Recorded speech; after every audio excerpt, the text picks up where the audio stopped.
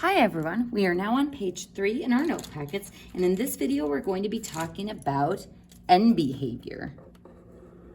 Now, end behavior is essentially asking, what are my end arrows of my function doing? So what are my end arrows doing?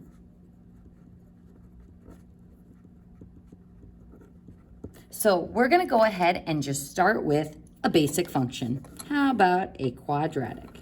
So here's a quadratic, not a parent function. It's been translated up a couple units, but there's my quadratic function.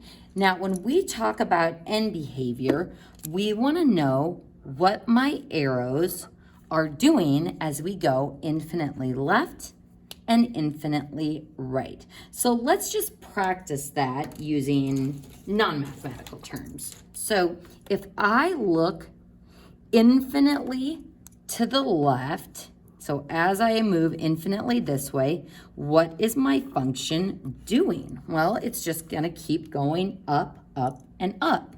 And as we look infinitely to the right, as I keep going this way on my domain, my range values are just going to keep going up and up and up. So how do we use mathematical notation for this? We use what is called the limit notation. So you guys have seen end behavior before in Algebra 2, but the limit notation is new, and this is something that you will go on to use in calculus and later on this year as well. Now, this limit notation, you do need to memorize.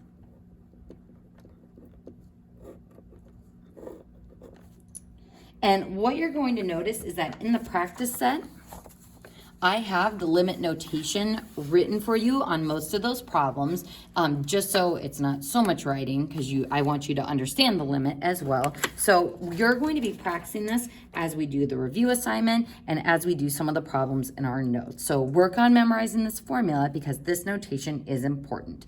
So first, let's interpret what this notation means. This says the limit of the function as my x values approach negative infinity. So the negative infinity and my x value approaching negative infinity says the left side of the graph has a y value that approaches something. So the limit aspect tells me that it is approaching something. The y value is f of x. So don't forget that y values are the same as f of x or function values. So we're going to be looking in the x direction left towards negative infinity and in the x direction right towards positive infinity to see what my function itself is doing. So the right end behavior as x goes towards positive infinity says as the right side of the graph goes towards infinity, what does my y value approach? So folks, we're going to go ahead and look at this example and practice writing that limit notation. So the limit of the function as x approaches negative infinity is my left end behavior. So as my x values go this way, infinitely to the left towards negative infinity, what is my function doing? Well, it continues to head up towards infinity. So the limit of my function values, or of f of x, is equal to infinity. Then my right end behavior, the limit of my function as x approaches positive infinity, or just infinity, says what happens to my graph as I go infinitely to the right? Well, my graph is again heading up towards infinity. So this x notation says we're looking left, what's my function doing? And we're looking right. What is my function doing? So don't get hung up on the infinities. Those are showing us the direction of our end behavior that we are looking. So this, throwing pens, this is going to be my left end behavior, and this would be my right end behavior. So this is looking left, this is looking right. So folks, you could have the order of these two boxes switched around, but just make sure that you have one of them with negative infinity, one of them with positive infinity, and then the blue part is just what your function is doing. So let's go ahead and move down to this problem to determine the limit as x approaches negative infinity and the limit as x approaches positive infinity. Now, we are given the equation, but since this isn't a rational function, because we have an x on both the top and the bottom, we're not going to be able to use transformation rules here. So let's go ahead and type this in on our calculator. So I'm going to go ahead and type in negative x divided by parentheses x plus 2. Always, always, always, always, always, always, always put parentheses around those binomials, whether on the top or the bottom of your fraction. And then the minus 3 out to the side. All right, folks. So as I'm looking at this graph, does it look like my function is heading up towards infinity or down towards negative infinity or something else?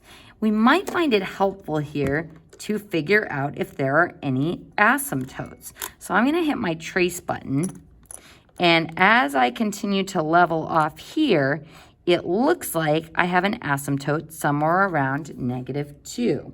And this seems reasonable because if I plug in -2, that gives me a denominator of 0, which is undefined.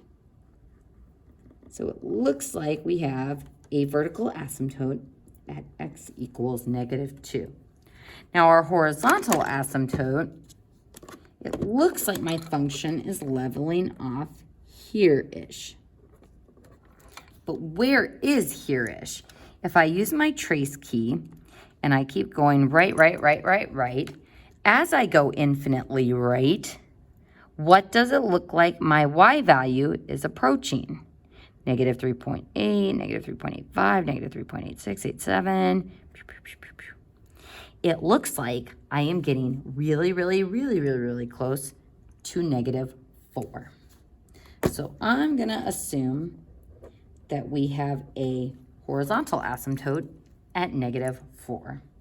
So when I look at my end behavior, as x goes towards negative infinity, or as we move infinitely to the left on my x-axis, what is my function doing? Well, my function is going to keep following this arrow, this dark blue arrow, which is going to keep getting closer and closer to -4. Now, does it actually get to -4? No, because there's an asymptote there, but that's what this limit notation means, is that it's going to approach that value, even if it never actually gets there. So as x goes towards negative infinity, or as we look infinitely to the left, my function is getting close to -4. Now, for the right side, as we look in the x positive infinity direction, so as I keep going this way, we're going to be following this part of the graph, which is getting closer and closer and closer also to that y value of -4. So this would be my end behavior for that graph. So your end behavior is always going to consist of the limit of the function as x goes towards negative infinity and the limit of the function as x goes towards infinity. So let's go ahead and look at this next graph. F of x equals sine x over x. Now looking at this graph, I'm going to go ahead and put arrows on the end there. It looks like we are oscillating and that we're starting to level off and get closer towards what? Y value as we go towards negative infinity and positive infinity. So the limit of my function as x goes towards negative infinity, it looks like my y values are starting to level off towards 0. And for the right side, it looks like we're doing the same thing. As my x values go towards infinity, it looks like my y value is starting to level off at 0. So this is the expression for my end behavior. Now, a couple of quick warnings. On my math lab, if you have something like this, y equals x minus 5 over x plus 2, where do you need parentheses? Both around the top binomial and on the bottom binomial. So make sure on my math lab that you are putting those parentheses in when you are looking at those functions. Now, for finding the end behaviors using limit notation, you'll notice that on this problem above, that horizontal asymptote told us where our graph was leveling off. So this is going to be a key part to our end behavior, because if there is a horizontal asymptote, it's going to tell us the end behavior.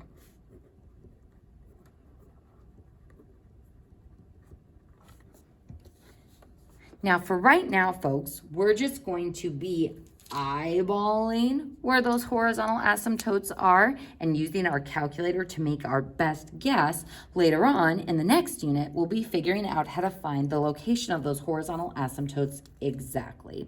So the two features on our calculator that will be useful to us in finding horizontal asymptotes are the trace button, which is what we used above. We just kept going and going and going to see what we were leveling off at. And the other thing you can do is the table ask feature.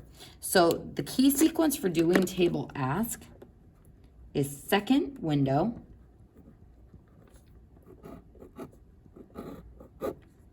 independent,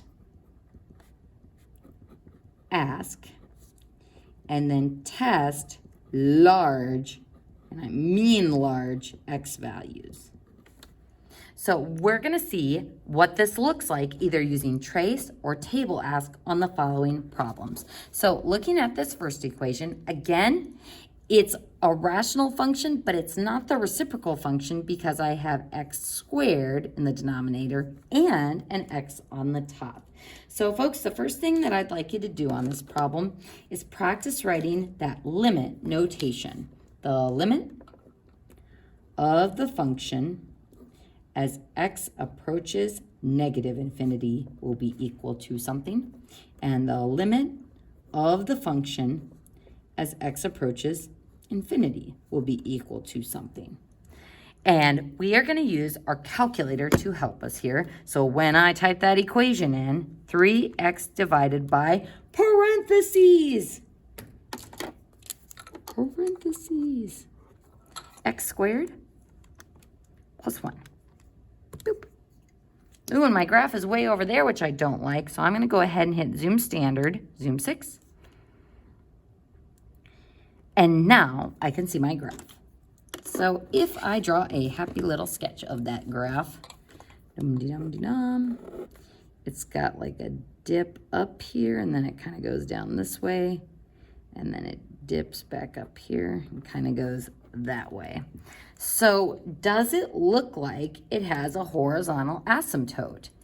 It does. It appears that we are leveling off towards 0 on the right side and leveling off towards 0 on the left. How can we tell if I use my trace button and I just start going? I see my y values getting closer and closer to 0. So at this point, I can make a guess and say, yeah, it probably looks like there's a horizontal asymptote at 0. So that's how you can use your trace button to figure out where a horizontal asymptote probably is. Our other method, and I'm going to go ahead and zoom standard again, is to use our table ask. Now, if I hit second graph, that takes me to the regular old table. And as you can see, I can scroll down in my table as is and just see that I'm getting closer and closer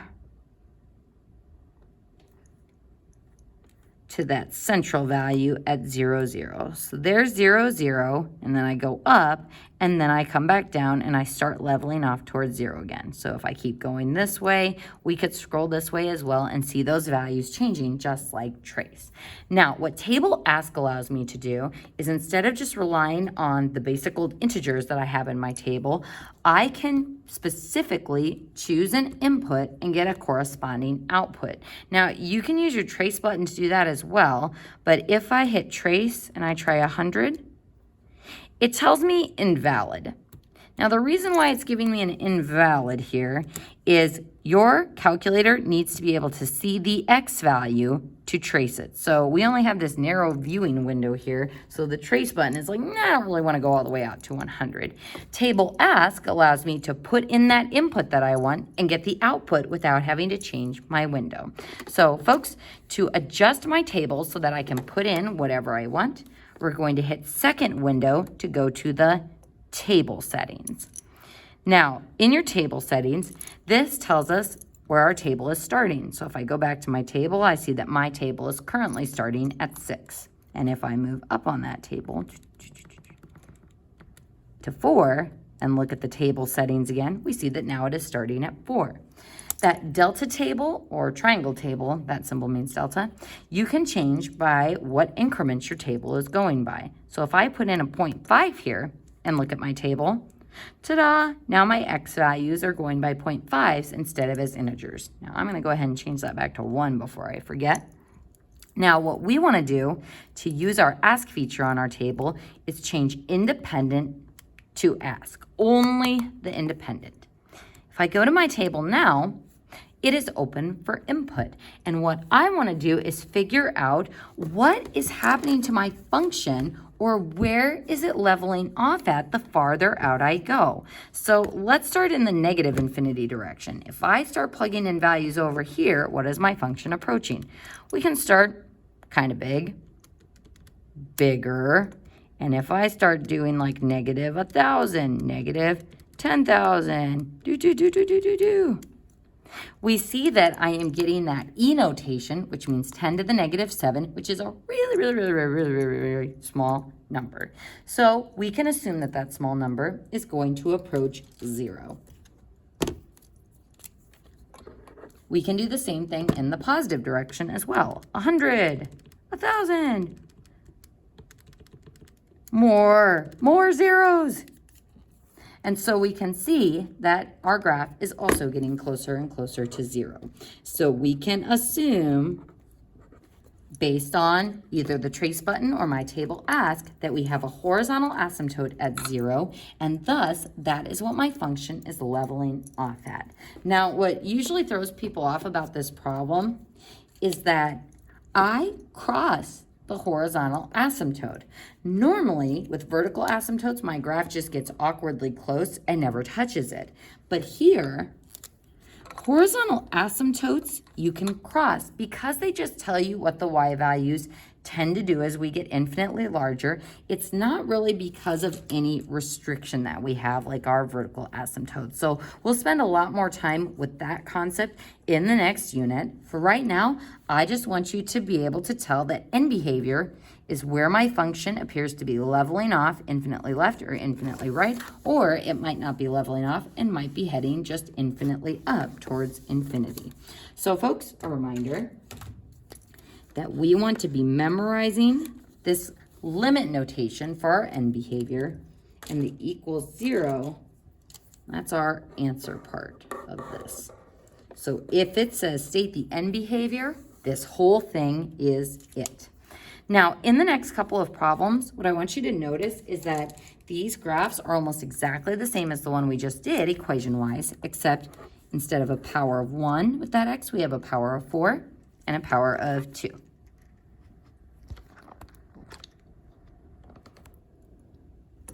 So, power of 4, power of 2. Let's see what these look like on our calculator, remembering to put in parentheses around those binomials in the denominator on both this one and that one.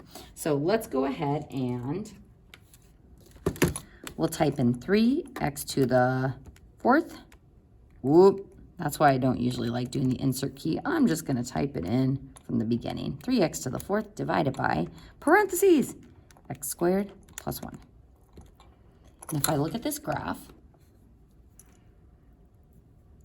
well, that's nice. It looks like just a regular old quadratic. Now, is this a quadratic function? Absolutely not, but it does look like one. Now, if I sketch that graph, swoosh. Let's practice writing that limit notation again. Feel free to pause the video and try to do it without looking at our limit notation over here. So the limit of the function as x approaches negative infinity is equal to something, and the limit of my function as x approaches infinity is equal to something. Make sure you got the equal sign next to those f of x's. So as I look at this function, what happens as I look infinitely left on my x-axis? So as I go this way, my function just keeps heading up, up, up towards infinity. So there's no horizontal asymptote. It's not leveling off. It just keeps going. What about as x goes towards infinity? As I go infinitely to the right, this function just keeps going up, up, and up towards infinity.